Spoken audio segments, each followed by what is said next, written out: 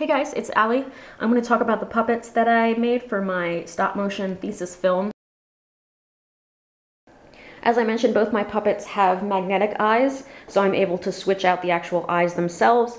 So she had these two guys on. So there are magnets in her head, and then there are also magnets in each of the eyes. You can kind of see in the back there's a little magnet. So I'll talk about the magnets that I use. But yeah, so if you need to make a puppet blink, this is a little cookie sheet, it's a little metal cookie sheet, so I've been using that to keep all my eyes on because they snap right to it. So if you wanted to make a blink, you could start with maybe the eyes fully open, and then when you need to do a blink, you can do, it often works really well to do one frame of half closed and then 2 frames of totally closed, because otherwise the viewer doesn't quite catch it. So 2 frames of eyes closed, and then another frame of half open, and then back to wide open. She's obviously missing a pupil here. So yeah, so that's why I use the magnets.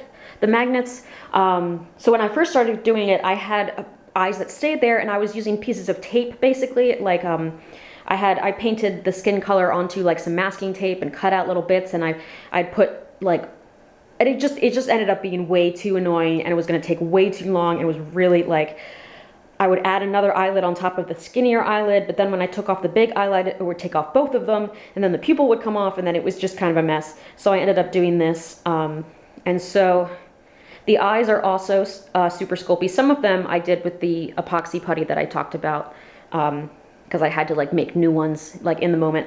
But the magnets that I used, I got from this craft store. It's like it's called Dan's Crafts and Things, but it's here in Rochester, New York, upstate New York, and they sell a lot of like model train stuff and crafty stuff and whatever. So these are the magnets that I got. You definitely want to get some rare earth magnets. They're the ones that are the strongest, especially per their size. They definitely package these as if they're like radioactive, but I guess they're so strong, and they pose a harm. There's a risk for anybody that has like a pacemaker or something, some kind of, it can mess those things up. So I started keeping all my magnets in here. So I've got all kinds of little magnets. But these guys that I bought, I forget what they were. They were like 15 bucks or 20 bucks or something. They are so small. That's the size of the magnets that I used. So there's a roll of them. Some of them still have clay and stuff on them because I've reused them. And so there were magnets already in the face. And so, and the face was all painted and everything ready to go. And so since I know that magnets sometimes like to match up to each other, not necessarily lined up perfectly as you'd like them to, I allowed for that. So I put a piece of saran wrap over it, dropped a magnet in there, and let the magnet go wherever it wanted to line up. And then I rolled out a slab of clay of Super Sculpey, and I used the cap of a Sharpie to cut out little discs, because I wanted to make sure each little piece of clay that I used to make an eye was exactly the same amount of clay that I used to make the last eye, so that I could more easily make them uniform. And then I took some of the clay that I was working with and just kind of like worked it until it was about the shape that I wanted it to be. I had a little drawing and pencil on the face itself, so I could try to make sure that all my eyes were about the same size. So I just kind of patted it down in there, and then I was able to take the saran wrap, lift it up, and there I've got the eye with the magnet already perfectly placed. And so then I could slowly kind of like pull the saran wrap away and go bake this eye. And then once it comes back, sometimes the magnets will pop out during baking, but you can kind of just glue them back in there, that's fine. And then, when you come back, you've got an eye that, okay, I put that in upside down. Well, you've got an eye that fits perfectly into that eye socket. And I try to keep track of which ones are the right eye and which ones are the left eye. So all the right eyes have these little nail polish codes on them so that I would know which is right eye, which is left eye.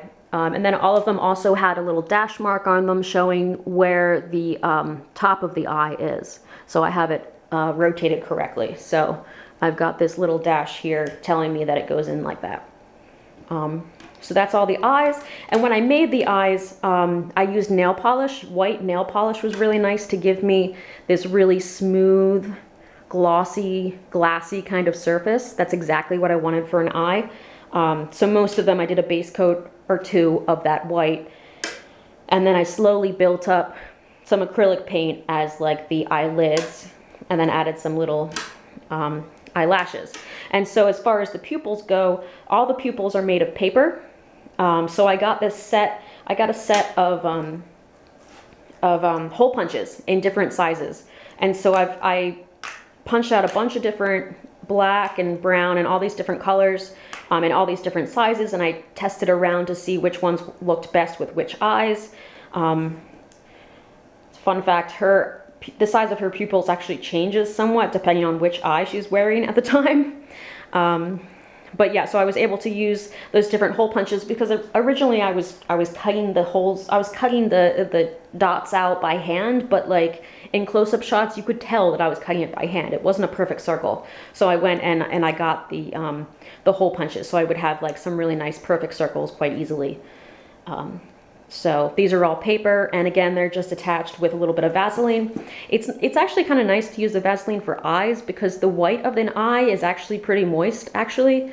Like, so using the Vaseline, it's kind of makes it look even more realistic, basically. So yeah, and so Elliot's eyes are over here. His are much smaller. The eyebrows were made of Sculpey, so I'm able to like sculpt those as I actually animate the figure. Road. Here.